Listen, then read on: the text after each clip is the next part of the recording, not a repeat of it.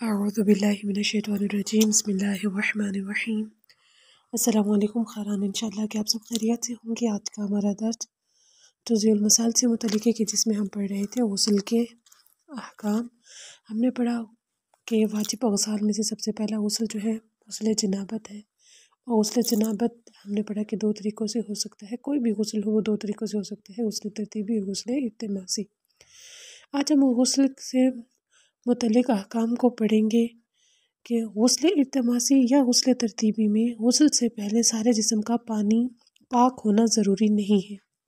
بلکہ اگر پانی میں غوطہ لگانے یا غسل کے ارادے سے پانی بدن پر ڈالنے سے بدن پاک ہو جائے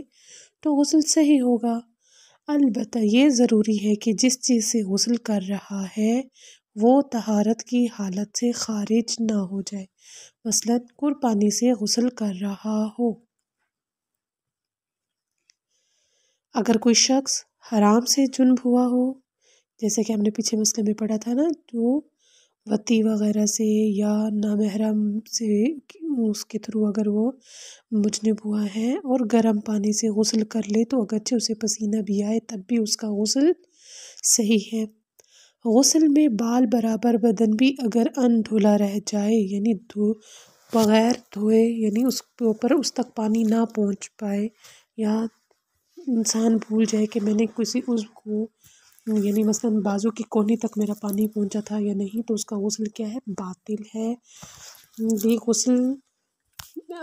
اب جیسے مثال کے طور پر یہ ہے کہ اگر اس نے غسل کے بعد دیکھا کہ اس کی کونی والا حصہ، ہڈی تھوڑی سی کیا ہے؟ خشک ہے بالکل، اس کے اوپر سے اس کا وائٹ بھی نظر آ رہا ہے، کہ اس سے واقعاً بھی جسے دیکھنے سے ایسے لگتا ہے کہ یہ کیا ہے، اس تک پانی نہیں پہنچا ہوگا، تو غسل ہمارا کیا ہے؟ باطل ہے۔ لیکن کان اور ناک کے اندرونی حصے، وہ حصے جو باہر سے نظر نہیں آتے، ٹھیک ہے، اندرونی حصے اور ہر اس چیز کا دھونا جو باطن شمار ہوتی ہو واجب نہیں ہے۔ اگر کسی شخص کو بدن کے کسی حصے کے بارے میں شک ہو کہ اس کا شمار بدن کے ظاہر میں ہے یا باطن میں، تو ضروری ہے کہ اسے دھو لے۔ اگر کان کی بالی کا سوراخ یا اس جیسا کوئی اور سوراخ اس قدر کھلا ہو کہ اس کا اندرونی حصہ بدن کا ظاہر شمار کیا جائے تو اسے دھونا ضروری ہے، وگرنہ اس کا دھونا ضروری نہیں ہے۔ جو چیز بدن تک پانی پہنچنے میں مانع ہو ضروری ہے کہ انسان اسے ہٹا دے، اور اگر اس کے ہٹ جانے کا یقین کرنے سے پہلے غسل کرے تو اس کا غسل باطل ہے۔ اگر غسل کے وقت کسی شخص کا عاقلانہ احتمال گزرے، یعنی عقل کے مطابق بھی اس کا احتمال کیا ہو؟ ٹھیک ہو، عاقلانہ احتمال گزرے کہ کوئی ایسی چیز اس کے بدن پر ہے یا نہیں جو بدن تک پانی پہنچنے میں مانع ہو، تو ضروری ہے کہ چھان بین کرے حتیٰ کہ مطمئن ہو جائے کہ کوئی ایسی رکاوٹ نہیں ہے۔ اگر اسے تھوڑا سا بھی احتمال ہوئے، احتمال شخص کا بھی نچلا درجہ ہے، یعنی ایسے سمجھے کہ پہلی سیڑھی ہے احتمال، پھر شک ہوتا ہے 50-50 کا، اور پھر یقین ہوتا ہے، ٹھیک۔ احتمال اس کو گزرا ہے، جیسے 25% اس کو یہ ہوا ہے کہ پتہ نہیں کوئی ایسی چیز میرے بدن پر ہے تو نہیں ہے یا نہیں، یا اگر ہے بھی تو اس کا چھان بین کرنا، اس کو مطمئن خود کو کرنا کہ ہاں بھی اب وہ میرے جسم سے ہٹ چکی ہے، پھر وہ غسل کرے۔ غسل میں ان چھوٹے چھوٹے بالوں کو کہ جو بدن کا جز شمار ہوتے ہیں دھونا ضروری ہے، اور لمبے بالوں کا دھونا واجب نہیں ہے، بلکہ اگر پانی کو جلد تک اس طرح پہنچائے کہ لمبے بال تر نہ ہوں تو غسل صحیح ہے۔ لیکن اگر نہیں دھوئے بغیر جلد تک پانی پہنچانا ممکن نہ ہو تو انہیں بھی دھونا ضروری ہے، تاکہ پانی دھونے تک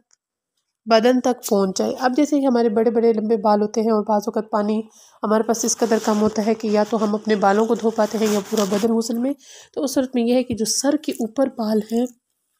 ان کو دھونا، یعنی سر کی جلد تک پانی پہنچانا ضروری ہے، باقی جو نیچے کمر تک بال جا رہے ہوتے ہیں ان کا دھونا ضروری نہیں ہے۔ وہ تمام شرائط جو وضو کے صحیح ہونے کے لیے بتائی جا چکی ہیں، مثلاً پانی کا پاک ہونا، غصبی نہ ہو، وہی شرائط غسل کے صحیح ہونے کے لیے بھی ہیں، لیکن غسل میں یہ ضروری نہیں ہے کہ انسان بدن کو اوپر سے نیچے کی جانب دھوئے۔ علاوہ ازیں غسل ترتیبی میں یہ ضروری نہیں کہ سر اور گردن دھونے کے بعد فوراً بدن کو دھوئے، لہٰذا اگر سر اور گردن دھونے کے بعد توقف کرے اور کچھ وقت گزرنے کے بعد بدن کو دھوئے تو کوئی حرج نہیں، بلکہ ضروری نہیں کہ سر اور گردن یا تمام بدن کو ایک ساتھ دھوئے۔ بس اگر مثال کے طور پر سر دھویا ہو، کچھ دیر بعد گردن دھوئے تو جائز ہے، لیکن جو شخص پیشاب یا پخانہ کے نکلنے کو نہ روک سکتا ہو تاہم اسے پیشاب اور پخانہ اندازاً اتنے وقت تک نہ آتا ہو کہ غسل کر کے نماز پڑھ لے تو ضروری ہے کہ فوراً غسل کرے اور غسل کے بعد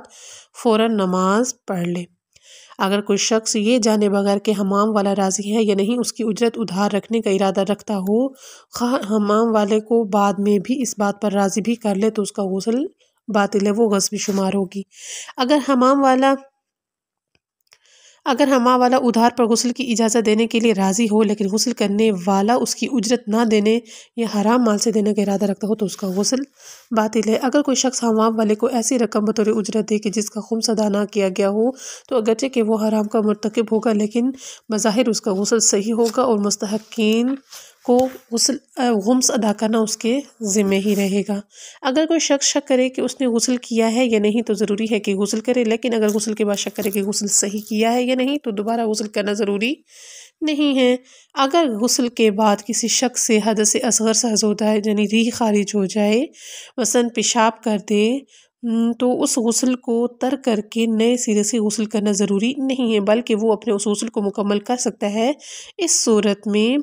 احتیاط لازم کی بنا پر وضو کرنا بھی ضروری ہے، لیکن اگر وہ شخص غسل ترتیبی سے غسل التماسی کی طرف یا غسل التماسی سے غسل ترتیبی کی طرف پلٹ جائے تو وضو کرنا ضروری نہیں ہے۔ ایک خرانی یہ کہہ رہے ہیں کہ اگر ہم نے سر اور گردن دھو لیا ہے، اب ہمارے کیا ہے بعض اوقات ریح خارج ہو جاتی ہے یا پیشاب آ جاتا ہے، پیشاب کرنے بیٹھ جاتا ہے، تو اب ہم یہ نہیں کہیں گے کہ ہمارا غسل باطل ہے، ہمارا غسل ٹھیک ہے، ہم اپنے غسل کو مکمل کریں گے۔ ہاں، اب وہ غسل ہمارا نماز کے لیے مجزی نہیں ہے، اس کے لیے احتیاط لازم کی بنا پر ہمیں وضو کرنا ہوگا ساتھ میں۔ ایک صورت یہ یا دوسری صورت یہ ہے کہ ہم اپنے غسل کی نوعیت کو تبدیل کر دیں، یعنی اگر ترتیبی کر رہا ہے تو التماسی کی طرف چلا جائے، اگر التماسی کر رہا ہے تو ترتیبی کی طرف چلا جائے، تو تب بھی ہمارا غسل بھی وضو کرنا پھر ہمارے لیے ضروری نہیں ہوگا، غسل ہمارا ٹھیک ہوگا۔ اگر وقت کی تنگی کی وجہ سے مکلف شخص کا فریضہ تیمم ہو لیکن اس خیال سے کہ غسل اور نماز کے لیے اس کے پاس وقت ہے غسل کرے، تو اگر اس نے غسل قصد قربت سے کیا ہو تو اس کا غسل صحیح، اگرچہ کہ اس نے نماز پڑھنے کے لیے غسل کیا ہو۔ جو شخص جنب ہو، اگر وہ نماز